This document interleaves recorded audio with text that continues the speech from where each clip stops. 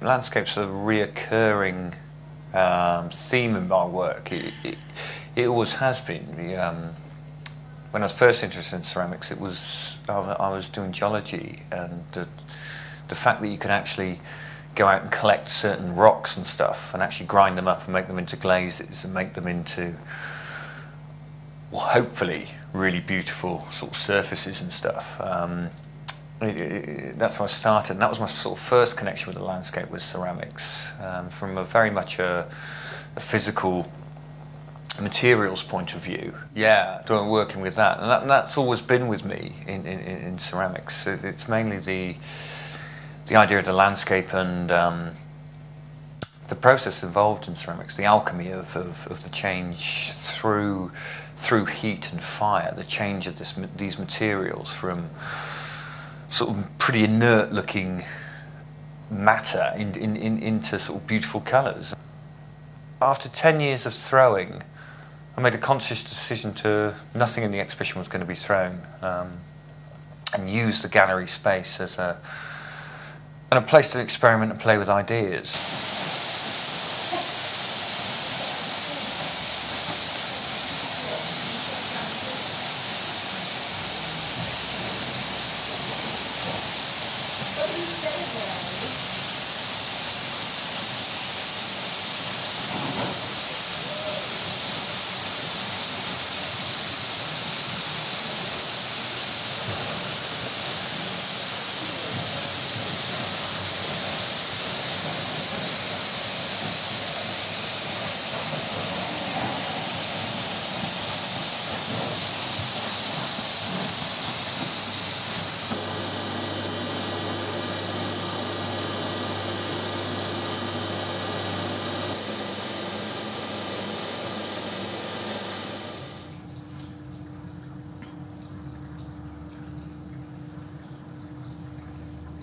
The bowls were based on geology, and there's lots of layering in them, and that was one idea. The other idea was the standing stones, working with slabbing clay, getting big sheets of clay and putting them together to make these sort of stones in nature. You get a lot of sort of big lump boulders in moraines, in glaciers after they've gone, and they sort of stand proud out of the valley, sort of thing. That idea.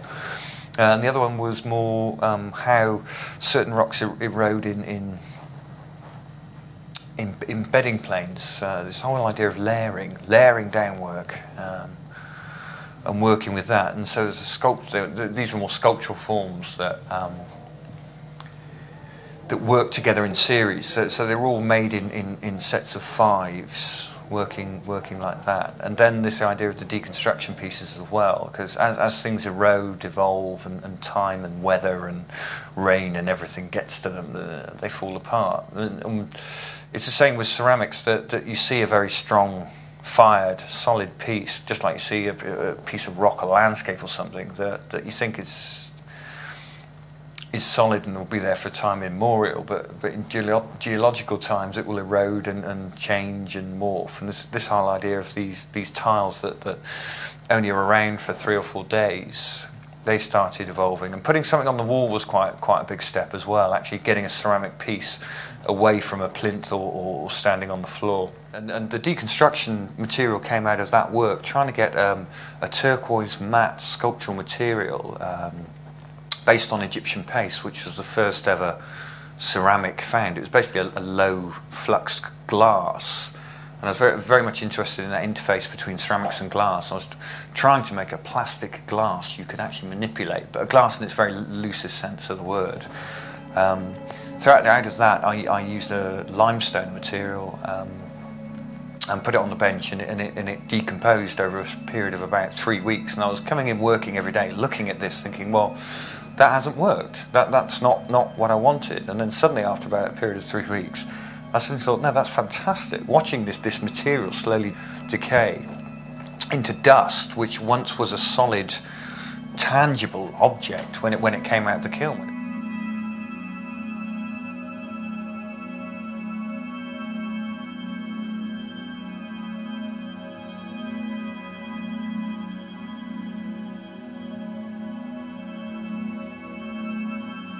So it was the process that actually led the way to that. And then that got me thinking about, well, so much of ceramics is towards this point of permanence, or what we perceive as permanence. I mean, because pots do get broken.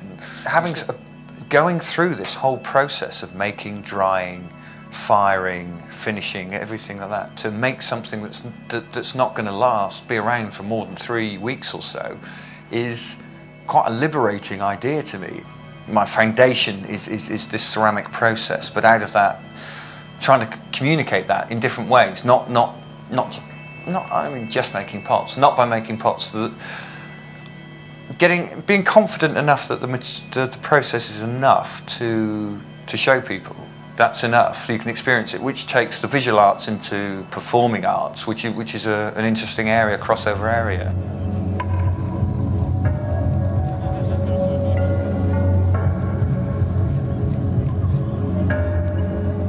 The egg, it was commissioned by Southall Park for the Bracknell Festival last year. So the paper itself contains clay, and then we dipped that into a liquid slip, a liquid clay, and made a sort of ceramic paper mache egg structure, dome structure, which then was the sort of focal point for a ritualistic happening, which we Red Earth, very good at scene setting, charging the space, doing that. But so as that was going on around it, the fire in the kiln was going, developing, and as you heat metal up, metal expands. As you heat clay up, clay shrinks. So the paper thin ceramic covering started to break away over the structure, and it was a decaying piece through the fire.